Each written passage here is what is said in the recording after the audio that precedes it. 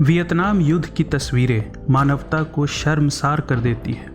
ये आत्मा को तोड़ देने वाली तस्वीरें हैं। इस युद्ध को मीडिया ने बहुत ही ईमानदारी और जिम्मेदारी से कवर किया था। अगर मीडिया ने इस युद्ध की हैवानियत को दुनिया के सामने न रखा होता तो ये युद्ध न जाने कितने साल और चलता रहता। वियतनाम युद्ध की एक ऐसी ही आत्मा को तोड़ देने वाली सच्ची घटना है मी लाई नरसंहार। जब अमेरिकी सेना ने मासूम निहत्थे गांव वालों को बेरहमी से गोलियों से भून दिया था, छोटे छोटे बच्चों और उनकी माँओं को भी नहीं छोड़ा।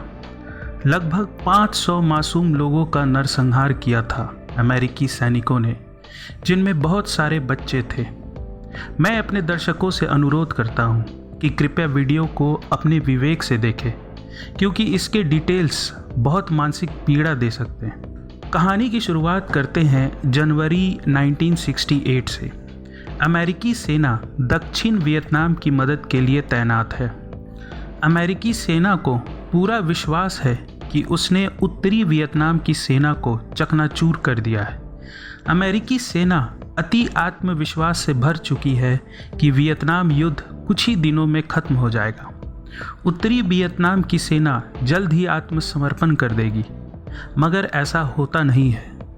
उत्तरी वियतनाम के सैनिक पूरे दक्षिणी वियतनाम के सारे महत्वपूर्ण सैनिक ठिकानों पर सिलसिलेवार आत्मघाती बम विस्फोट करते हैं, जिसमें कई सारे अमेरिकी सैनिक मारे जाते हैं। इस हमले का असर अमेरिकी सैनिकों के आत्मविश्वास पर इतना गहरा असर करता है कि वो अपने आप को निढाल महसूस करने लगते हैं। अमेरिकी सेना को वियतनाम में अभी तक 4 साल हो चुके थे। अमेरिका में ड्राफ्ट कानून के तहत कई नौजवानों को उनकी मर्जी के खिलाफ सेना में भर्ती कर वियतनाम युद्ध में भेजा गया था। जब अमेरिकी सैनिकों को ये विश्वास होने लगा कि जल्द ही युद्ध खत्म होगा और वो अपने घर जा सकेंगे, तभी उत्तरी वियतनाम के सैनिकों ने इतना बड़ा हमला कर दिया। फरवरी 1968 आते आते अमेरिकी सेना के कई सैनिक मारे गए। केवल एक हफ्ते में ही 700 अमेरिकी सैनिक मारे गए। वियत कॉन्ग के सैनिक अमेरिकी सैनिकों को मारने के लिए गुरिल्ला वॉरफेयर का इस्तेमाल करते थे।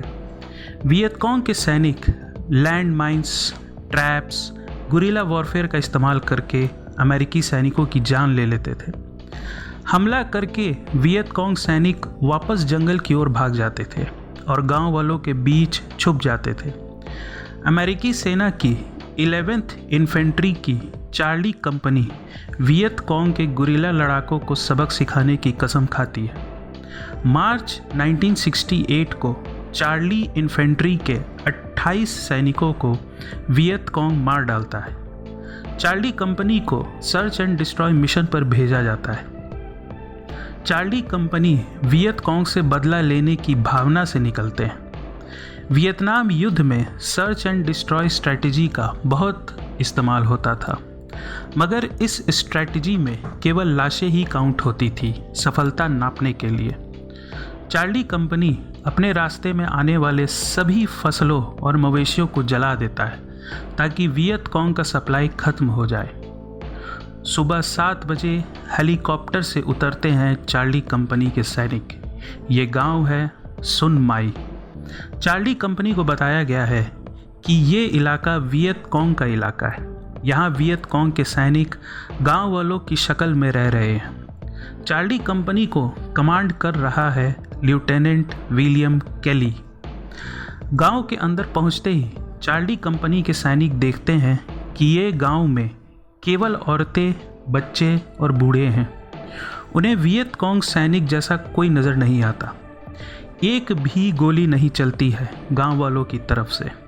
गांव वाले सुबह का नाश्ता बनाने में लगे थे। उन्हें अमेरिकी सैनिकों के आने से कोई खास फर्क नहीं पड़ा। वो अपने अपने कामों में लगे रहे। चार्ली कंपनी ने सभी गांव वालों को राउंड अप किया और अलग अलग ग्रुप में बांट दिया। चार्ली कंपनी ने हथियारों की तलाशी ली, मगर उन्हें हथियार नहीं मिले। सभी घरों की तलाशी ली गई, मगर वियत कॉन्ग का कोई भी निशान नहीं मिला। लेफ्टिनेंट विलियम केली एक राक्षस था। इस हैवान ने सैनिकों को शूट करने का ऑर्डर दिया। कई सैनिकों ने गोली चलाने से मना कर दिया, मगर केली ऑर्डर देता रहा शूट करने को। अमेरिकी सैनिकों ने औरतों और बूढ़ों को एक तरफ करके उन्हें गोलियों से भून दिया। माएँ अपने बच्चों को बचाने के लिए दौड़ी, उन्हें गोलियों से छलनी कर दिया गया। भागते हुए बच्चों को केली ने गोली मार दी। एक सैनिक के अनुसार औरतों ने पूरी कोशिश की अपने बच्चों को बचाने के लिए, मगर केली जैसा हैवान उन्हें गोलियों से भूनता रहा। इस नरसंहार को केली और उसके हाई ऑफिशियल्स ने कवर अप कर दिया, ये बताकर कि वियत कॉन्ग के साथ लड़ाई में ये गांव वाले मारे गए। मगर अप्रैल 1968 में रोनाल्ड राइडनहावर नाम का एक हेलीकॉप्टर गनर मी लाई नरसंहार की अफवाहों को सुनता है। रोनाल्ड राइडनहावर चार्ली कंपनी के साथ काम कर चुका है। रोनाल्ड अपनी खुद की अनऑफिशियल इन्वेस्टिगेशन शुरू करता है। रोनाल्ड कई सारे सैनिकों का इंटरव्यू लेता है जो अमेरिका वापस लौट चुके हैं। रोनाल्ड अपने इन्वेस्टिगेशन की रिपोर्ट भेजता है अमेरिका की संसद, कांग्रेस के मेंबर्स को, वॉशिंगटन डीसी के अधिकारियों को और पेंटागन के अधिकारियों को। रोनाल्ड की फाइंडिंग्स के कारण मी लाई नरसंहार पर ऑफिशियल इन्वेस्टिगेशन शुरू होती है और इसको कवर अप करने की कोशिश पर भी इन्वेस्टिगेशन होती है। मी लाई मैसेकर के मुख्य आरोपी मेदीना और केली से पूछताछ होती है। सितंबर 1969 में केली को दोषी पाया जाता है। केली को सैकड़ों मासूम वियतनामी लोगों की हत्या का दोषी पाया जाता है। केली को आजीवन कारावास की सज़ा होती है, मगर अमेरिकी राष्ट्रपति रिचर्ड निक्सन के हस्तक्षेप से केली की सज़ा कम हो जाती है और वो जल्द ही बाहर आ जाता है। चार्ली कंपनी के बाकी सैनिकों पर कभी भी कोई सज़ा नहीं होती। वो अपने बचाव में यही दलील देते हैं कि वो बस ऑर्डर फॉलो कर रहे थे। मी लाई नरसंहार में 504 मासूम लोगों की हत्या की गई थी, जिसमें 200 बच्चे थे, जिनमें 50 3 साल से कम की उम्र के थे। इस नरसंहार की रिपोर्टिंग के बाद अमेरिकी जनता में खुद अपनी ही सेना के लिए आक्रोश भर गया। अमेरिकी सेना की तुलना हत्यारों से होने लगी। अमेरिकी सेना को बेबी किलर्स कहा जाने लगा। वियतनाम युद्ध अगले 5 साल और चला।